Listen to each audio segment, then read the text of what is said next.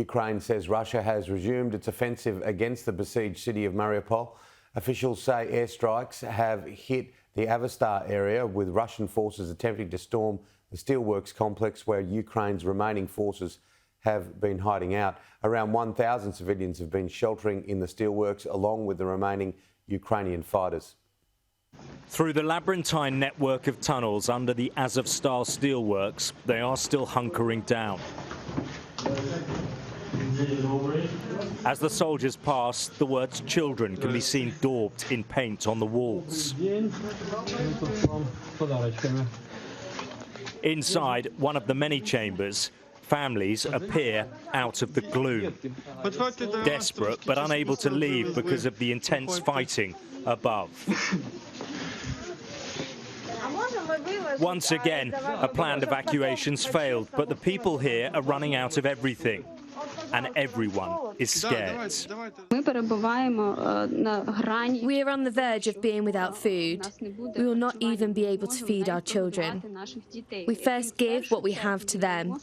Therefore, please, please, we need to leave for the peaceful territory of Ukraine from the Azovstal works, where we are living in a bomb shelter.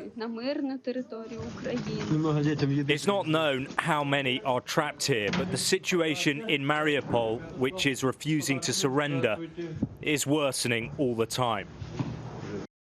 This satellite image shows what could be another mass grave in a town near the city. The earth freshly dug in parallel trenches. The war here is increasingly grim, and it's once again reaching all corners of this country. In Odessa, a place relatively unscathed, missiles struck civilian and military infrastructure. Damage from the blast is pretty extensive. You see where the missiles struck. It's also hard to really understand what they were trying to hit. The emergency services are still inside, looking to see if there are people trapped. We know that there have been a number of casualties, including deaths. A 3-month-old baby amongst those killed. The Ukrainian foreign minister has called this an act of terror, and for those who were inside at the time, it's easy to understand why. I'm shocked. I don't even realize actually what's happening, and I'm afraid about my daughter because she was screaming, she was crying, and I was calm as I could, but it was difficult to stop her crying.